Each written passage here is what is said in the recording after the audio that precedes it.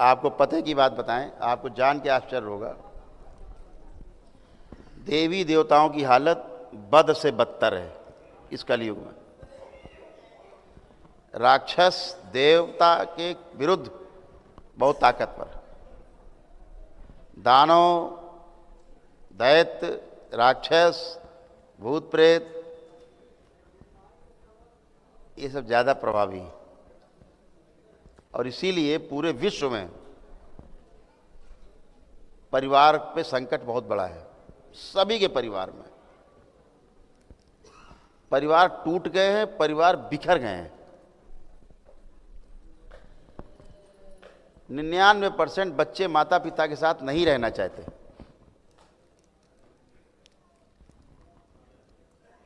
आज से 40 साल 50 साल पहले था कि बच्चे बगैर माता पिता के रह ही नहीं सकते थे। आज ठीक उल्टा हो गया। देवी देवताओं की हालत तो बिल्कुल पंचर हो गई है, एकदम पंचर। इसलिए जहां पर शिव और शक्ति एक साथ नहीं है, वहां आप कभी भी स्वस्थ नहीं हो सकते, ना शारीरिक ना मानसिक। शारीरिक रूप से और मानसिक रूप से पूरी तरह स्वस्थ होने के लिए भगवान भोलेनाथ यानी देवों के देव महादेव और माँ की कृपा एक साथ होनी आवश्यक है। नहीं, देवी देवताओं की हालत तो मनुष्यों से ज़्यादा बुरी हो गई। देवी देवता मनुष्य से ऊपर की योनि है, लेकिन मनुष्य से आगे की योनि नहीं है। ऊपर की इस सेंस में है कि आपसे कर्म उनके श्रेष्ठ हैं। आप मूर्छा में जी रहे हैं, वो होश में हैं। जो काम आप बेहोशी में कर रहे हैं, मतलब आप सक्रिय तो हैं लेकिन मूर्छित है। काम कर जाने के बाद जब परिणाम आता तब होश आता है, अरे यार ये हम गलत कर गए। देवी देवता क्या है कि केवल होश में है, सक्रिय वो भी है लेकिन मूर्छित नहीं है। तो आपसे ऊपर की तो योनि है, लेकिन मनुष्य से आगे की योनि नहीं है। क्योंकि देवी देवताओं को भी पूरा होने के लिए वापस मनुष्य योनि में जन्म लेना पड़ता है। फिर मनुष्य योनि में आकर के अपने मोक्ष के लिए स्वयं प्रयास करना होता है, अपनी मुक्ति के लिए स्वयं प्रयास करना होता है ध्यान साधना के द्वारा। जब वो इनलाइटेंड हो जाता है, समाधि को प्राप्त हो जाता है, आगे जाता है, ज्ञान को उपलब्ध होता है और आगे जाता है। फिर उसका ये जगत जिसे मर्त्य लोग कहते हैं ये छूटता है, तब सूक्ष्म जगत में उसका प्रवेश होता है, सूक्ष्म जगत में उसका जन्म होता है। फिर वापस वो कभी बाध्य नहीं है कि 84 लाख योनियों में जन्म ले, तब जाकर के जन्म मरण के बंधन से मुक्त होता है। तो देवताओं की हालत तो वो हो गई है कि अब कहने में भी शर्म आएगी। आपको खुद एहसास होगा, खूब देवी देवताओं के पूजन किए होंगे आपने, खूब यज्ञ हवन का अनुष्ठान करे होंगे, समस्या घटने के बजाय बढ़ गई होगी। कितने ऐसे लोग हाथ उठाएं, समस्या घटने के बजाय और बढ़ गई होगी करने पे। हाथ उठाएं निसंकोच, डर क्यों रहे हैं? देखिए है नीचे कर। क्यों हो गया ऐसा? क्योंकि आपके सारे पुण्य लुट गए। जो पुण्य आपने इकट्ठे किए वो सब दैत्य खा गए, राक्षस खा गए, आसुरी शक्तियां खा गए और ताकतवर। आज का जो युग चल रहा है, जो समय चल रहा है, आप देखिए पूरे विश्व में केवल और केवल और केवल मारकाट मची हुई है। छीना झपटी, मार काट, लूट पाट के अलावा कुछ नहीं हो रहा पूरी दुनिया में। सारे प्राकृतिक संसाधन में लूट पाट मची हुई है। सारे पहाड़ तोड़े डाल रहे हैं, जंगल काटे डाल रहे हैं। आप देखिए कोयला खोदे डाल रहे हैं, तेल निकाले डाल रहे हैं जमीन से। जितना भी दोहन कर रहे हैं प्रकृति का, ये लूट है। और ये वो लूट है जिसकी भरपाई नहीं हो सकती। फिर बोलेंगे ग्लोबल वार्मिंग हो रही है, तो ग्लोबल वार्मिंग क्या है? आपने कोयला इसलिए ज़मीन के अंदर है, तेल इसलिए ज़मीन के अंदर है, कि जो बाहर का ताप है, जो बाहर की गर्मी है वायुमंडल की, वो अंदर ज़मीन में सोख ले। तेल का गुण है ताप को सोखना। जैसे ट्रांसफार्मर में तेल भरा रहता है, अगर तेल ना हो ट्रांसफार्मर में उड़ जाएगा भड़ाम से। तो तेल का धर्म है ताप को अपने में सोख लेना। तो धरती के नीचे जो तेल है, जिसका पूरी दुनिया में दोहन हो रहा है, निकाले जा रहे हैं, निकाले जा रहे हैं, निकाले जा रहे हैं, फिर जलाए भी जा रहे हैं, दूसरा काम।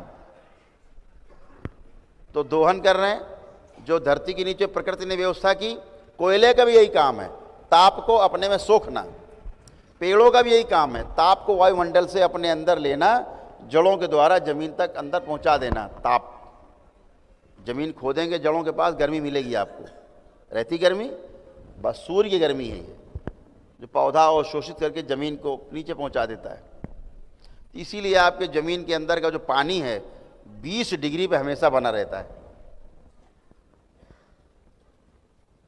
तो पानी का टेम्परेचर कभी नहीं बदलता जमीन के अंदर का, वो 20 डिग्री रहता है। सर्दी आती है जब टेम्परेचर होता है 10 डिग्री, बाहर का ठंडक, और जब पानी अंदर निकालते हो हल्का लगता गर्म है, क्योंकि 20 डिग्री है। और जब गर्मी आती है तो अंदर का पानी 20 डिग्री है, तो ठंडा लगता है। बाहर है 40 डिग्री 45 डिग्री, तो निकाला बड़े बड़ा ठंडा पानी है। वो ठंडा हुआ ना गर्म हुआ, वायुमंडल या तापमान, एटमॉस्फेयर जो बदला, वो बाहर का मनुष्य द्वारा बदला जा रहा है। हम लोग जिम्मेदार हैं उसके। तो तेल निकाल डाला, कोयला निकाल डाला। पहाड़ों में भी यही काम है, ताप को सोखना, अंदर ले जाना, पानी को सोखना। फिर मौसम में, पूरे मौसम में, बरसात के बाद भी झरने बहते रहते हैं, नदियां बहती रहती हैं, फिर भी बरसात नहीं हो रही, नदियां फिर भी बह रही हैं। क्यों? पहाड़ों ने पानी अवशोषित किया है, फिर तापमान के अनुसार पानी को उत्सर्जित कर रही है। बॉक्साइड होता है, एक तत्व होता है, एक धातु होती है, उसको बोलते हैं बॉक्साइड, जिससे हिंडालियम वगैरह वह सब बनता है। उस धातु का धर्म है जल को सोखना, फिर गर्मी पाकर धीरे धीरे धीरे उसको उत्सर्जित करना, जल को बाहर निकालना पहाड़ों से। हम जाते थे जब अमरकंटक, तो वहां मैंने देखा चेक डैम बन रहे थे। तो हमने कहा भाई ये क्यों बन रहे हैं, पहाड़ों में चेक डैम की क्या जरूरत, यहां तो ऐसे ही पानी रहता है, झरने बहते रहते हैं। कहे नहीं साहब, अब झरने सूख गए हैं। तो वाकई में झरने सूखे हैं, 90% अमरकंटक के झरने सूख चुके हैं। जहां 24 घंटे झरझर झरझर झरझर पानी बहता रहता था। क्यों सूख गए पता है? आदमी की व्यवस्था समझ लो। हम लोग क्या करते हैं, एक धातु है बॉक्साइड, जो जल को सोखने का धर्म है उसका, वो वहाँ बहुत है। हमारे पूर्वजों ने, हमारे ऋषि मुनियों ने अपने अनुसंधान में ये पाया कि एल्युमिनियम नाम की धातु को अपने भोजन में, खाना पकाने आदि में, पानी तक रखने आदि में प्रयोग नहीं करना है। तो हमारे यहाँ आपने देखा होगा अपने सनातन धर्म में, हिंदुओं में खास तौर से, कि एल्युमिनियम के बर्तन प्रयोग करने का रिवाज बिल्कुल नहीं है, नहीं है। कांसे का, फूल का, तांबे का, पीतल का, है ना। अब आधुनिक युग में स्टील प्रयोग करते हैं, नहीं चांदी के, सोने के बर्तन, जैसे जिसकी हैसियत थी। लेकिन एल्युमिनियम का बर्तन कभी भी नहीं होता था। एल्युमिनियम का बर्तन केवल एक जगह प्रयोग किया जाता था, वो जेल में। कैदियों की उम्र कम हो जाए, कैदी बीमार रहें, रोगी बने रहें, ज़्यादा पौष्टिक ना हो, भोजन खूब करें, लेकिन पौष्टिक शरीर ना रहे, पौष्टिकता ना मिले शरीर को, बीमार बने रहें कैदी, रोगी। तो एल्युमिनियम के भोजन में खाना पकाने से, ऐसा साइंस भी कहती है कि 97%, 98%, 97 से 98% जो हमारे पौष्टिक तत्व हैं वो नष्ट हो जाते हैं, 2 ही 3% बचते हैं। और ऐसा बर्तन जिसमें कोई पौष्टिक तत्व एक भी नष्ट नहीं होता है, वो है मिट्टी के बर्तन।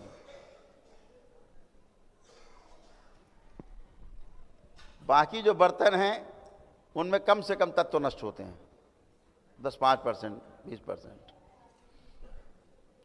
तो हमारे वैज्ञानिक जो थे, ऋषि मुनि लोग थे, उन्होंने कहा नहीं भैया, ये वाली धातु तो पहाड़ों से निकालना मत, ये तो जहर है। तो क्या हुआ कि वहाँ उन लोगों ने टाटा वालों को, गवर्नमेंट ने ठेका दे दिया, टाटा हिंडाल्को है ना, टाटा हिंडाल्को, तो उनको चाहिए होता है कच्चा माल, तो वो पहाड़ ले लिए सारे, उन्होंने खोद डाले और सारा खोद खोद के बॉक्साइट निकाल डाला। अब जब बॉक्साइट निकल गया, जिसका धर्म है जल को अपने में बना के रखना और तापमान पाते धीरे धीरे छोड़ना, रिलीज करना, फिर झरने रात बहते रहते थे अगली बरसात आने तक, ऐसा संतुलन था ऋतु का। अब जब वही निकाल दिया जो सोखता था, तो पानी बरसा पहाड़ों में, बरस के नीचे चला गया, उतर गया, मैदान में पहुंच गया, खत्म। अब वहां कहाँ पानी पहाड़ में। तो उन्हें होश आया, जब खोद डाला तब होश आया, अरे यार ये तो पानी नहीं रुक रहा, पानी झरने के बंद हो गए। पता लगा वो तो बॉक्साइट के कारण झरने बहते थे, वही आपने खोद डाला। तो अब क्या किया, अब चेक डैम बनाए हैं पूरे जगह पे, पानी बहे बरसात में तो रुक जाए, तालाब भर जाए। मैं वारे आदमी, वारे आदमी, ये हम उनकी बात कर रहे हैं, सो कॉल्ड जो पढ़े लिखे विद्वान बड़े इंजीनियर्स कहे जाते हैं, गवर्नमेंट्स की हम बात कर रहे हैं, वो लोग ये कर रहे हैं। कोई रिक्शे वाला गली छाप आदमी नहीं कर रहा है, वो लोग कर रहे हैं जो बड़े विद्वान लोग माने जाते हैं भाई, जिनके हाथ में बागडोर है देश की। कोयला निकाल डालो, जला डालो, पहली बात तो निकाल डाला, ताप कौन सोखेगा, ऊपर गर्मी बढ़ेगी। निकाल डाला, ऊपर से जला डाला, अब ये तापमान कहाँ जाएगा, जलाया ताप बना। पूरी दुनिया में जल रहा कोयला, जल रहा, भट्टियां जल रही हैं, करोड़ों टन कोयला रोज जल रहा है। कब तक निकालोगे, लिमिट है कोई कि नहीं, कोयले की लिमिट है, खत्म हो जाएगा, फिर तापमान चला जाएगा 55 डिग्री, आबादी बचेगी एक 3/4। आदमी तो अपनी कब्र खुद खोद रहा है, कब्र के अंदर खड़े होके, कोई और नहीं आ रहा खोदने, खुद खोद रहा है। तेल निकाला, ऊपर से जला डाला। अब प्रकृति ने तो ऐसा कुछ सोचा नहीं था जब डिजाइन बनाया उसने कि आप पेट्रोल निकाल के जलाओगे बाहर। ये तो पता था प्रकृति को कि आप पेड़ जलाओगे, पेड़ बाहर है, काटोगे गिरेगा या जो भी होगा, तो उससे जो गैस बनती है, प्रकृति में वो वनस्पतियां मौजूद हैं कि उस गैस को पचा लेती हैं। लेकिन अगर आप तेल जला रहे हो नीचे से ऊपर ला करके,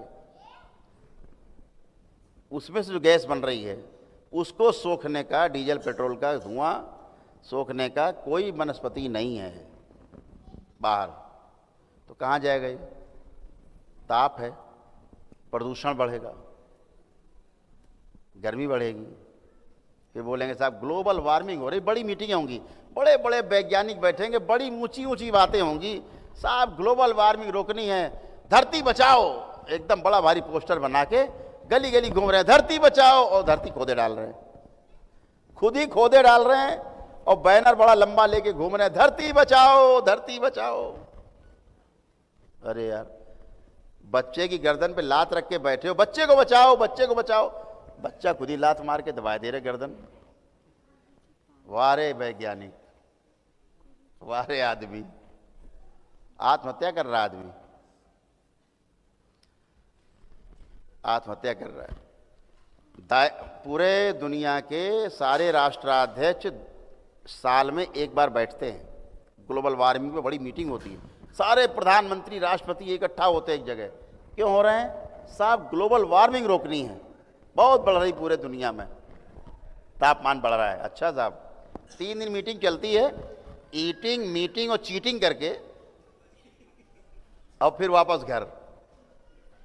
बचाना है, बचाना है, लेकिन इनके पिताजी भी, इनकी हैसियत नहीं वैज्ञानिकों की, ये जानते हैं कि कोयला जलाने से हो रहा है, पेड़ काटने से हो रहा है, तेल निकाल के धरती से बाहर जलाने से हो रहा है, हमारे द्वारा तमाम एटम बम वगैरह से बना के पारमाणविक जो भट्टियां जल रही हैं उनके कारण ताप हो रहा है, हम जो एटम बम बना चुके हैं उनका समझौते करके नष्ट करते हैं, उसके कारण वार्मिंग हो रही है।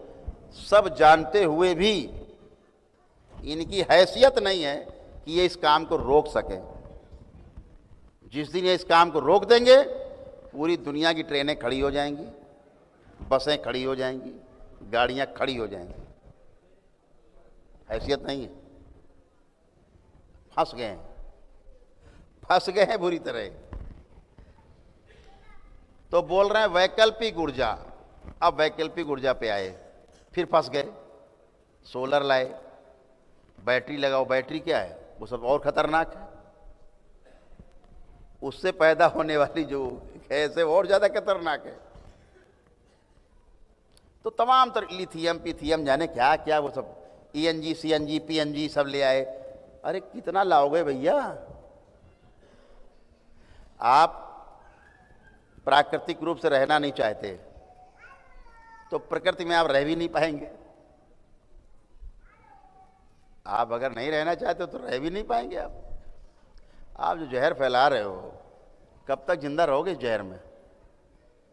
सब खोदे डाल रहे हैं, कुछ नहीं बच रहा। रेगिस्तान खोदे डाल रहे हैं, पहाड़ तोड़े डाल रहे हैं, सब सड़कें बनाए डाल रहे हैं, तो बिल्डिंगें बनी जा रही हैं, कंक्रीट के जंगल खड़े हो रहे हैं। अरे कुछ इंस्ट्रक्शंस लगाओ, कुछ बैरियर्स लगाओ, कुछ रोक टोक लगाओ कि भैया इनकी जगह इस तरह के मकान बनाओ, है ना? कुछ तो करो। नहीं, खो दे रहो। प्रकृति का नियम यह है कि जो पानी ऊपर बह रहा है वो पीने योग्य है। खोद करके जमीन के अंदर से दोहन करने का नियम कहीं नहीं है। ये मनुष्य ने किया। ये मनुष्यकृत व्यवस्था है। ये मनुष्यकृत व्यवस्था है। आपने बोरिंग कर ली, धरती के सीने में आप छेद ही छेद कर दो। आपके सीने में छेद ही छेद कर दिया जाए सूजे से, क्या बचेगा? सारा जहर ले आओ खेतों में डाल दो। देसी बीज गायब हो गए, हाइब्रिड ले आए, अंग्रेज बन गए। सब अंग्रेज, पूरा देश अंग्रेज बन गया। अंग्रेजी मानसिकता है, गुलामी है। बीज ले आए कौन से? हाइब्रिड। अब हाइब्रिड लाए हो, तोता पाला आपने हाइब्रिड, तो उसकी व्यवस्था करो। ये वाला खिलाना है, ये वाला पिलाना है, ये इंजेक्शन लगाना है, इस तरह रखना है, AC में रखना है, DC में रखना, करो। आप करते रहो। आप अमेरिकन कुत्ता ले आओ, उसको कैसे पालना आपके लिए एक प्रोजेक्ट है पूरा। आप देसी कुत्ता पकड़ लो गली से, बच्चा चाहे जैसे पालो, कहीं भी लौट रहा है, उसे कुछ नहीं होगा। देसी बीज है, स्ट्रांग है। चंदेल जी बैठे हैं, खेती करते हैं। इनकी आप खेती देख लो तो आप दांतों तो उंगली दबा लोगे।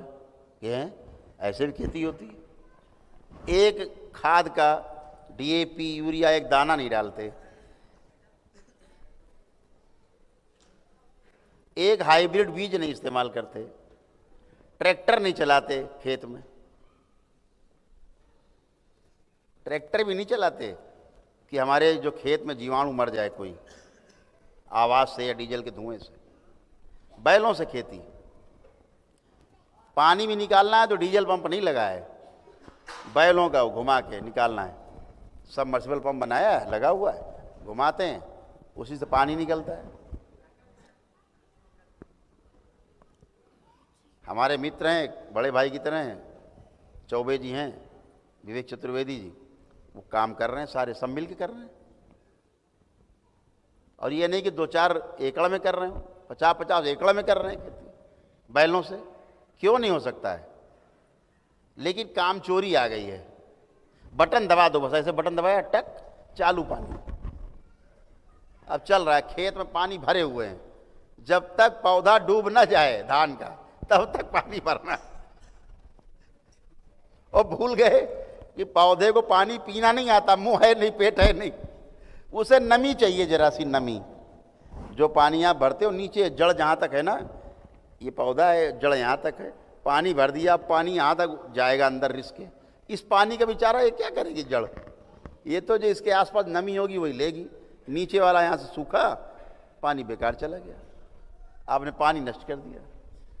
तो पानी फवारे से देते हैं ये लोग, स्प्रिंकलर लगे हुए हैं, फवारे मारते हैं जरा जरा से। नमी चाहिए। गाय के गोबर से, गौमूत्र से और कुछ पदार्थ मिला के, देसी गुड़ वगैरह तमाम, बेसन वेसन मिला के, पालेकर जी की विधि है, उससे खाद बना देते हैं। 72 घंटे में खाद बन के तैयार हो जाती है। पानी चल रहा है, उसे मिला दिया, ड्रम, हो गई सिंचाई, हो गई, लग गया भी, हो गया खेती, हो गई सिंचाई और हो गई इसमें खाद मिल गई। कुछ नहीं लाए, एक दाना नहीं लाए। और आपके एक बीज डालो गेहूं का, जो किले बनेंगे, किले खेती करते हैं आप लोग, कोई लोग खेती करते हैं ना, अच्छा कितने किले बन जाते होंगे नीचे से? एक बीज डालते हो गेहूं का, कई किले बनते हैं कोई बताएगा? 10-15 हो जाते हैं। आप चल के देखो, चल के कम से कम 60-70 मिलेंगे। हाइब्रिड नहीं, देसी। आप तो हाइब्रिड करते हो ना, वो हाइब्रिड ही है। जो आप बीज लाते हो ना, नपुंसक है। ये जो बीज बोते हैं ना, वही बीज फिर बोते, वही देसी है। लेकिन एक बार में कितने कितने संधि साहब होते हैं टिलर्स आपके? 80 निकलते हैं। 80, हम तो आपको 60-70 बता रहे हैं, वो बता रहे हैं 80 टिलर्स।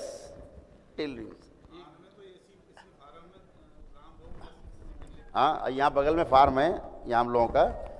80 टिलर्स एक एक बीज में, धान में, रामभोग में। रामभोग गायब हो गया बाजार से, रामभोग खा गए सब, नष्ट कर दिया। ये बीज वालों ने क्या किया, आपके जितने देसी बीज हैं सब नष्ट कर दिए।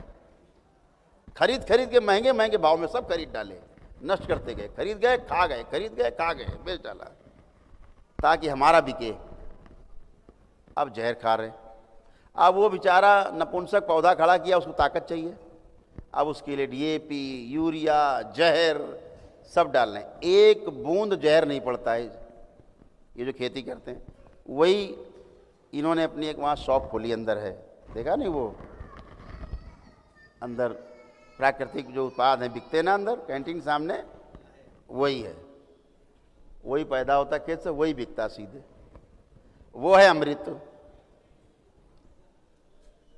गांव में कहते हैं वो हम तो जो शहर में रहने वाले लोग, गांव से जुड़े हुए, तो सब्जी जानते थे। ताजी सब्जी लेके चले, सुबह टहलने गए तो लोग ताजी सब्जी लिए चले आ रहे हैं झोले में। हमने यार सब्जी ले आए, बोले हाँ बिल्कुल ताजी ले आए, हमने क्यों खाम खाम बासी खाई जाए। हमने कहा इसमें जहर ज़्यादा है। बोले जहर है? हमने कहा ताज़ा ला रहे हो, इसमें तो जहर है ही है। ये बेचारे जो सब्जी वाले रखते हैं 3 दिन सब्जी 4 दिन धोते रहते हैं, रोज धोते रहते, कुछ जहर कम हो जाता है। तुम तो एकदम ताज़ा लाए हो जहर, और एकदम ताज़ा जहर खाओगे। और कितना खुश है कि ताज़ी सब्जी लिए आ रहे हैं खेत से, डायरेक्ट जहर से डुबो के ला रहे हैं और खा लेंगे। पता ही नहीं बेचारे क्या कर रहे हैं। तो आदमी जहर खा रहा है। देखिए 10-20 रुपया महंगा अनाज नहीं खाएगा शुद्ध। कितना खाना आपको? 100 ग्राम 200 ग्राम आटा खाओगे आप, 50 ग्राम दाल खा लोगे, कितनी खाओगे? दिन भर के खाने में एक आदमी के 10 रुपए का फर्क पड़ेगा भोजन का, ज़्यादा से ज़्यादा ना, ज़्यादा है। पेट्रोल में दे आएंगे 100 रुपये लीटर, पेट्रोल में 100 रुपये लीटर, ये लो योगदान। दवाई में डॉक्टर साहब को दे आएंगे 1000 रुपये फीस, अस्पताल में इलाज में दे आएंगे।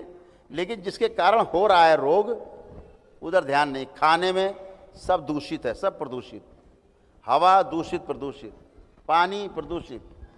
आपसे कहा जाए कि 1 गिलास पानी ला दो जो शुद्ध हो, आप ला सकते हो? कोई ला सकता है एकदम शुद्ध पानी? नहीं ला सकते। तो अभी बच्चों ने सब बनाया पुराने सिस्टम पे, नहीं बालू डाल के, मोरंग डाल के, मिट्टी डाल के, गिट्टी डाल के सब बनाते थे ना, वही सिस्टम से बनाए लड़कों ने, उसी का पानी पीते हैं हम लोग, वही जल पीते, मिट्टी का जल है, पी के तृप्ति मिलती है, शुद्ध है, शरीर सीधे सीधे से ग्रहण कर लेता है। अभी आरओ का पी रहे हैं, जो चाहिए वो नील कर देता है, बोले आरओ। अब रिपोर्ट आ रही है कि आरओ का पानी बड़ा खतरनाक है। हमने पूछा इनसे ही पूछा, इन्होंने 1 डे 1 दिन का हवन किया है, सेम डे का। आप एक ही दिन में आए, एक ही दिन में इनका कार्यक्रम खत्म, एक ही दिन में इनका हवन हो गए, एक ही दिन में सारा कार्यक्रम हो गया, सब संकल्प हो गए, सभी कुछ हो गया, एक ही दिन में सब समस्या खत्म। जो भी है, जो रोग हैं, असाध्य रोग हैं, वो बता ही दिया, लेपन जो आपकी विधि है वही है। लेकिन एक ही दिन में सारा स्मृति हुई, चिकित्सा, एक दिन में सारा ब्लैक मैजिक, सभी कुछ एक ही दिन में होके काम खत्म सभी का। परिवार के लोग आए हुए हैं चाहे या ना आए हुए, एक ही आदमी कर लेता है आके, उसी से हो जाता है संकल्प से, है? तो हमने इनसे कहा कि भाई तुम्हारे घर में सबके पेट गड़बड़। बोले हाँ। पानी कौन से पीते हो? तो बोले आरो। अब उसमें जो चाहिए हमें पीने के लिए जल में, वो है ही नहीं जल में। ना हमें मशीन से निकल रहा तो संतुष्ट है कि ठीक ही होगा। इससे अच्छा तो हैंडपंप का पानी। देखो एक जल और आ गया पीने के लिए, ये जूस है। ये प्राकृतिक रस है, ये भी जल है। जब कहते हैं कि आपके शरीर में जल की मात्रा कम से कम 70% भोजन में होना चाहिए। इस धरती पर भी 70% जल ही है, जल ही जल 70%, अबाउट 70% है। इस शरीर का भी रेशियो यही है। इसमें निकालोगे शरीर में किसी के भी तो लगभग 70% आपको जल मिलेगा। जो रेशियो नमक का समुद्र में है वही रेशियो आपके ब्लड में है। रेशियो वही है, मात्रात्मक फर्क है, गुणात्मक कोई फर्क नहीं। तो सब प्रकृति के अधीन है, तो उतना जल पीना चाहिए। लेकिन अब जल का मतलब नहीं कि वो वाला जल पियो, पानी पियो 70%। ऐसी चीज़ें खानी है जिनमें 70% जल है, खा करके उसमें से जल आए। जैसे ये सीजन चल रहा है सिंघाड़े का, बढ़िया चल रहा है, तो प्रकृति क्या करती, जिस समय आपको जो आवश्यकता है, क्योंकि पानी आप कम पियोगे, निश्चित है ठंडक होगी तो जो खाओ उसमें पानी हो। कितने फल फ्रूट आते हैं सीजन में, सर्दी में, उनमें जल ही जल है। इसलिए आते हैं कि आप जल तो कम पियोगे ना, तो कम से कम फल फ्रूट खाओगे तो जल जाएगा अंदर, एवरेज आपका बराबर रहे। तो हम लोग तो वो कम करते। चलिए आप लोग समझदार हैं, आज तमाम युग अच्छा है, सूचनाएं को मिलती रहती हैं आपको। अच्छा ही है। रोगी तभी बनते हैं जब भोजन में असंतुलन होता है पहला, फिर मानसिक असंतुलन उसमें आग लगा देता है। मतलब फूस और आग दोनों एक साथ हो जाते हैं। मानसिक असंतुलित हो गया तो शरीर और गया। कमजोर आदमी बेचारा जा रहा है, आप धक्का और मार दो गिर जाएगा। ऐसे